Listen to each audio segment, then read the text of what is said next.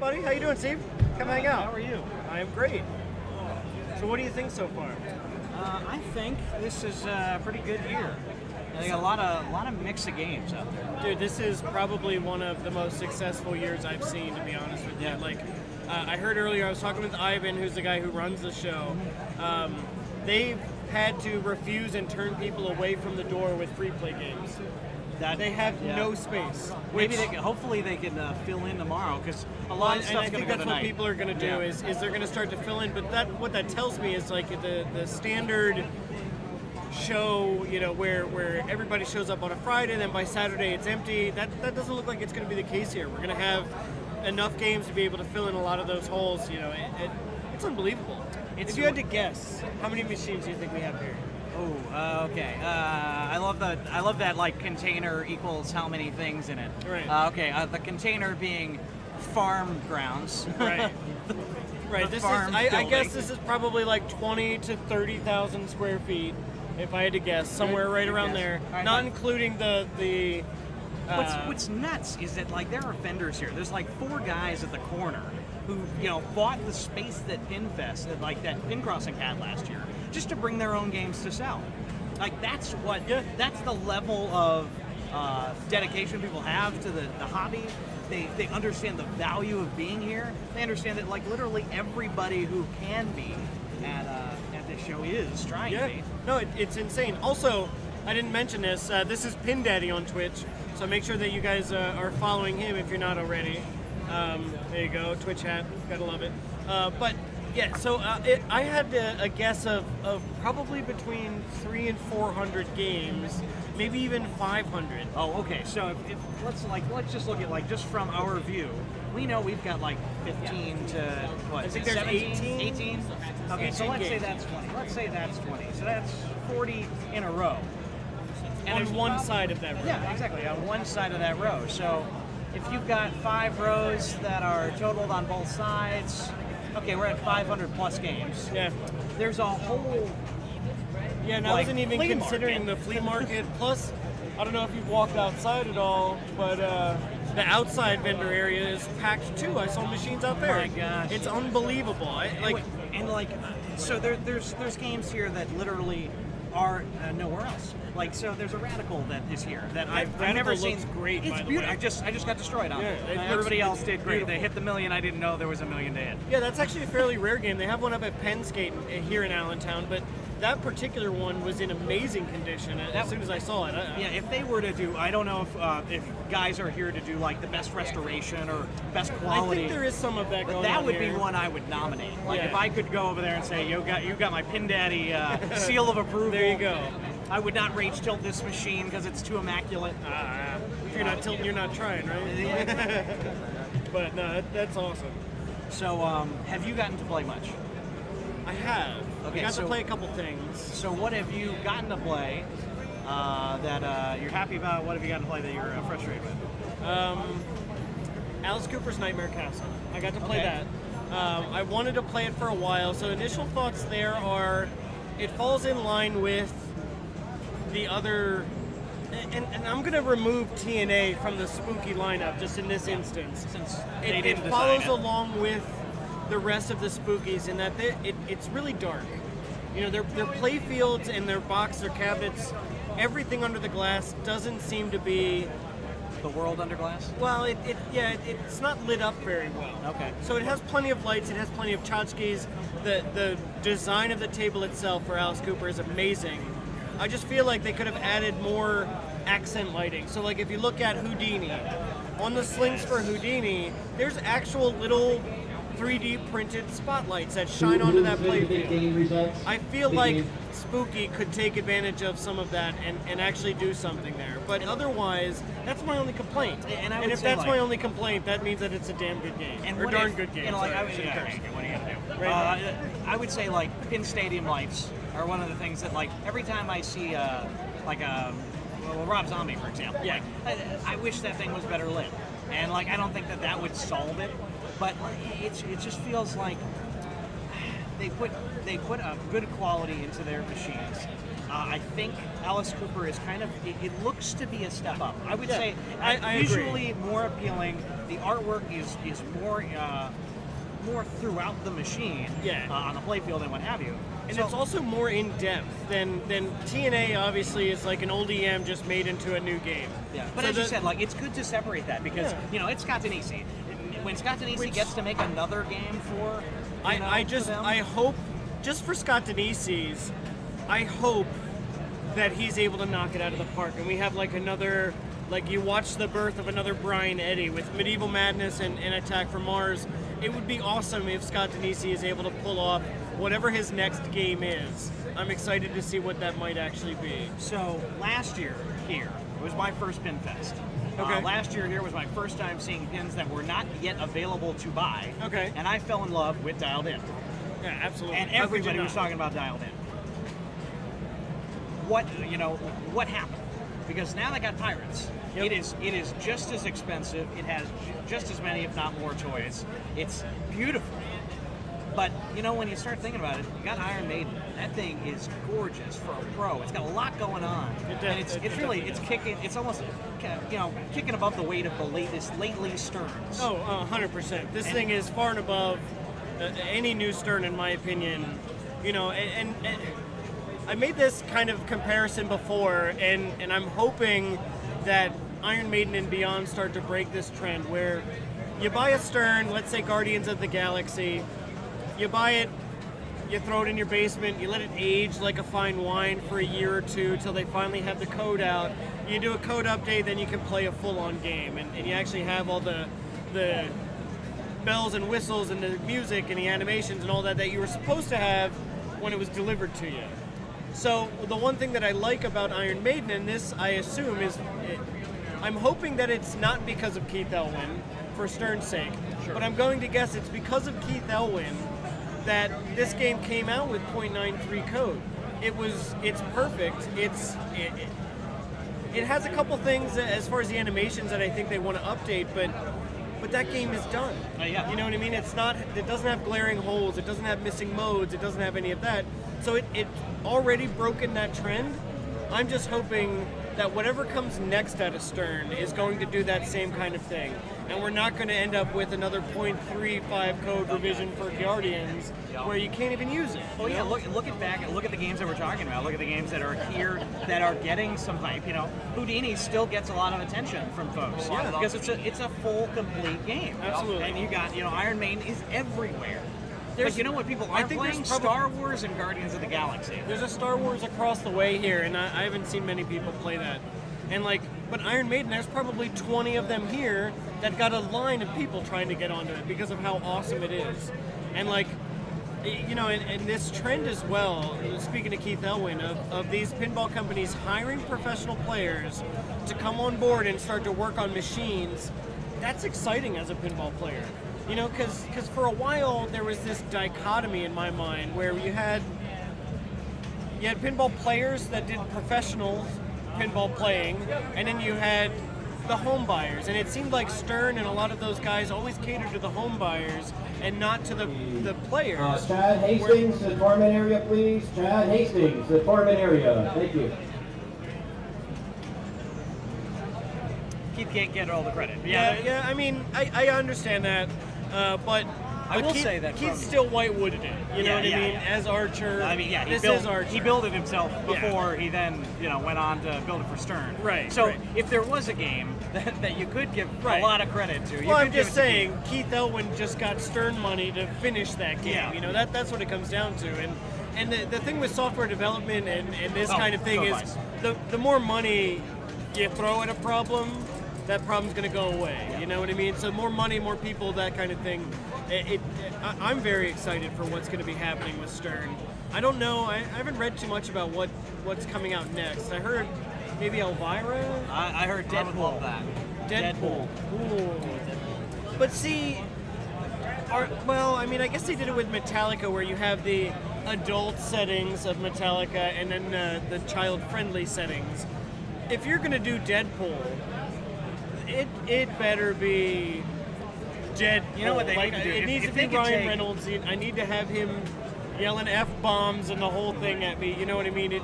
If they do it, it needs to be done right. If they're going to do it poorly, they would take his head without the mask on and put it in the playfield. And it'd look like, what is that? Is that Mary Shelley's Frankenstein? Yeah. It has that ugly ass head. Yep, Excuse me. Ugly head in the middle of the playfield. Yeah, So like, sorry they don't do that. I don't love games that just go with picture art. Yeah. Now, again, Pirates is a good example where it's all the characters that you know and Okay, love we and also or need know and Elliot hate. Keefe and Yeah. Clark. Yeah, Fraley, but, to the Foreman area, please. So Elliot Keefe, Zombie Clark, Yeti did all the Fraley, artwork. please. That's all hand-done art for Iron Maiden.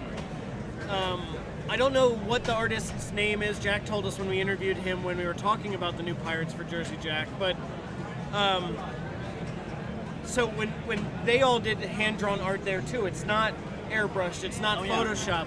I like this trend that we're getting into where we're giving Zombie Yeti, you know what I mean? Like he's designed a machine that is now, at this point, this very moment in time, probably the most popular pinball machine on the market. Yeah. And you've got him hand-drawn all of that art across, you know, it's fantastic. And I want to get to what's on the horizon for Coins, Das Bacons, excuse me. Das Bacon. Das Bacons. There you go. Oh, Das Bacon. I like that. The Bacons. The Very Bacons, good. that's So, Jersey Jack actually confirmed, not directly to anybody. I was going to on say, stream. I don't think they've have they actually confirmed? They it? have not confirmed anything.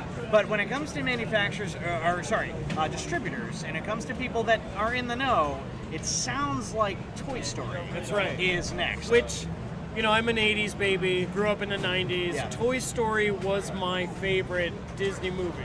Yeah. You know, as everybody as a kid had a favorite Disney movie, I feel like. Yeah. And Toy Story. So we were talking with Jersey Jack when we did the Pirates launch back in January. And he made a couple of hints, but nothing definitive about Toy Story being it. He wouldn't either confirm nor deny it. Yeah. But I heard, again, this is all rumor mill stuff. Sure, yeah. That it's going to be another wide body too. And I'm for Toy Story. It's a story about toys. There better be a lot of toys on that. Absolutely, absolutely. And if that's going to take up the wide body, great. I could care less. That's actually where I think I would buy. You know, with Iron Maiden, you Stern and Stern Pro and LE. The LE, you get more toys, you get more tchotchkes and things on the playfield, like actual action figures, let's call them. And of course a couple other features. But for Jersey Jack, like for Iron Maiden, it doesn't make sense for me for toys. That ball flies all around, you're gonna break them, etc. I'd rather break a plastic than break a toy. Yeah.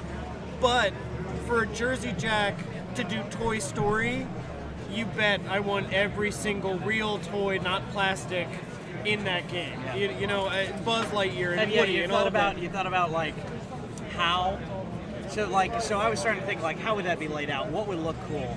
The Man, first thing I mean- thought of, slinky ramp. Well, I mean, Pizza Planet. Oh, you know what I mean? Like yeah. the standard Pixar repetitive themes, like Pizza Planet. They've got the claws, the three-eyed alien. You know, in my mind, I'm thinking alien face with the three eyes, and you lock balls into that kind There of you thing. go. You know, You're giving him his eyes. Yeah, absolutely. I want to see Buzz Lightyear flying across that playfield. You know, that I want kind to see. of stuff. I want to see the ball be the pop bumper covers. That'd be fantastic. The Pixar ball. Yeah. Or if even it's just one giant pop bumper in the Yeah, upper playfield. I'm excited to see what comes out of Jersey Jack. Now, the one thing that a lot of people were kind of complaining about with Jersey Jack was the changes to the rings and stuff like that.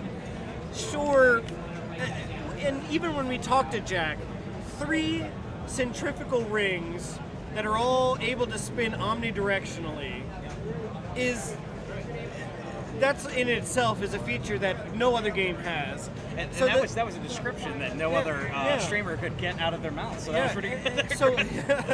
So that in particular, when everybody started to complain that, oh, well now they're taking it away, it doesn't have this. Honestly, I feel, in my opinion, Jersey Jack did you guys a solid. You guys being the ones who are actually going to buy the machine.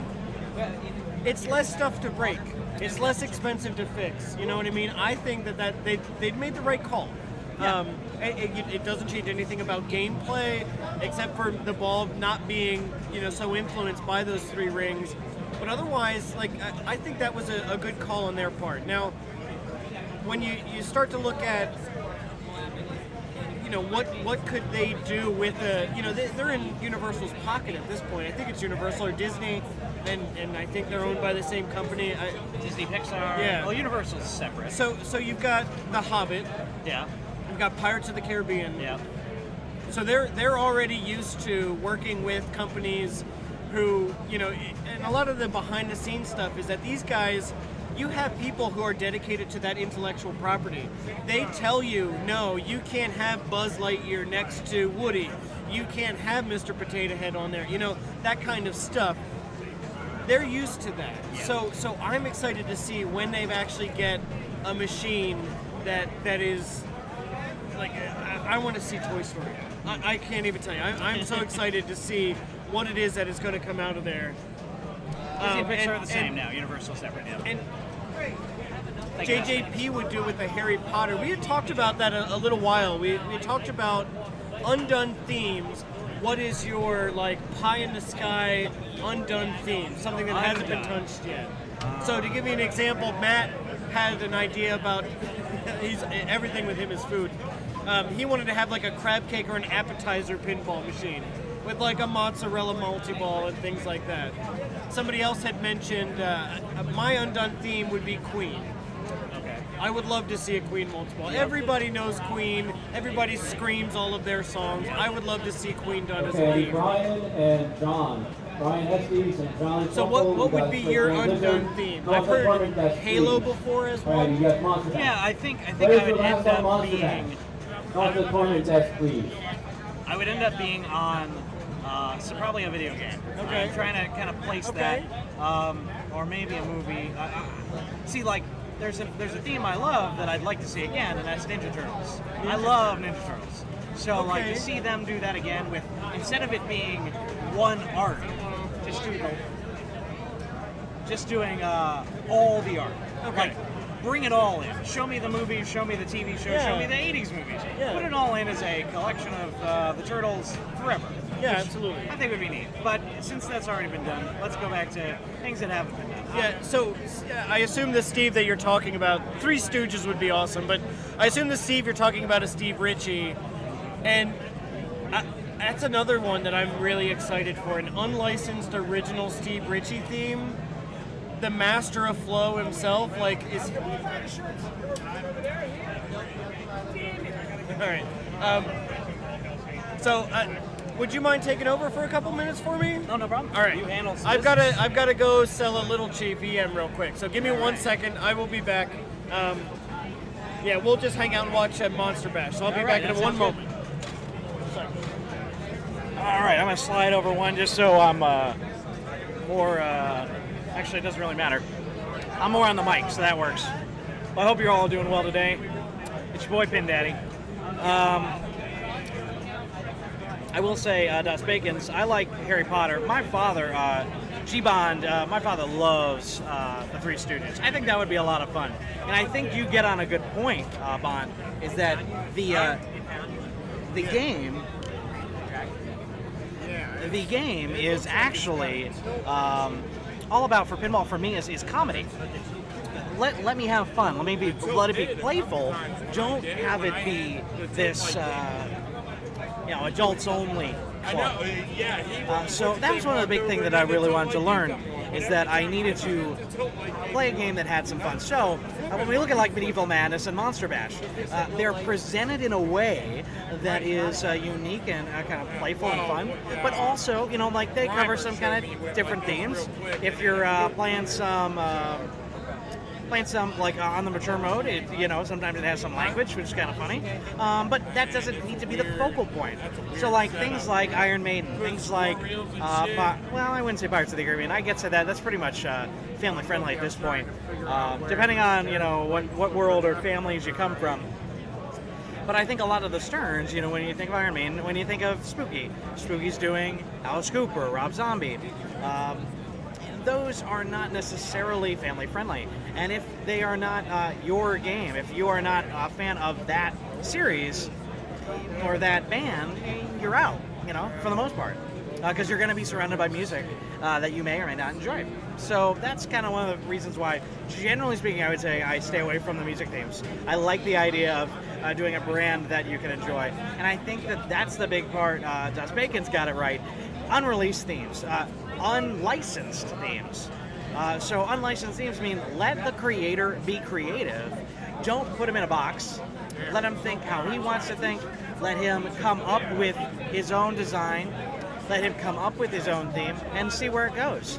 Because that's going to really be exciting. That's going to be really unique for the machine. Because then they can do whatever they want. They're not saying, I'm playing Toy Story, so I've got to get Slinky, I got to get Mr. Potato, I got to get Woody, and I got to get Buzz. No, those aren't on the table. You can come up with your own thing. And that doesn't mean they can't just be going for a like or a like. You do this all the time. Rogue, a popular video game. There's a lot of rogue likes. They base the same strategy or way in which the game is played, but put a new they put a new skin on it. They put it in a different world. That's where pinball, you want to have a game that plays a little bit differently, but you can return to the same theme. That's why there's like a bunch of baseball themed games and a bunch of soccer themed games. You've got a mix of games coming in, so that's pretty neat. So I hope you guys are doing well today. We are here at the Pinfest 2018 here at Allentown Fairgrounds. You are watching play from, I think this is Nathaniel Gibson here on Monster Bash. I believe that's him in the corner. And him in the spotlight. Who's in his religion? He's hitting that Dracula. He's backhanded that Dracula. Did he just hit that? Oh, outside. Outsies. Ouch bags. Sorry for the glare. That's not something that we can control because there's a lot of light in this room and there's quite high up there. Monster Bash has been playing really hard for folks. There's a couple games that have been really holding people hostage, making them play honestly. So it looks like we got ourselves, and it's alive, and that's going to be good. That's going to be a good spot to be in for the Master of Disaster, Nathaniel Gibson. Okay, match play players, we're going to start a new round. Play. Please stand Coming up. It's coming together. Match play round 3. All right, ladies and gentlemen. And there's got our buddy over here, George. George, good guy. Ran into him. He's from Maryland, and he was the previous owner of the Stingray that I bought from the show. So hey, you guys get some amazing games here at the show. As we said, there's probably 500 plus pinball machines in the room. If you think of a game that you want to see, I could probably confirm that it's here.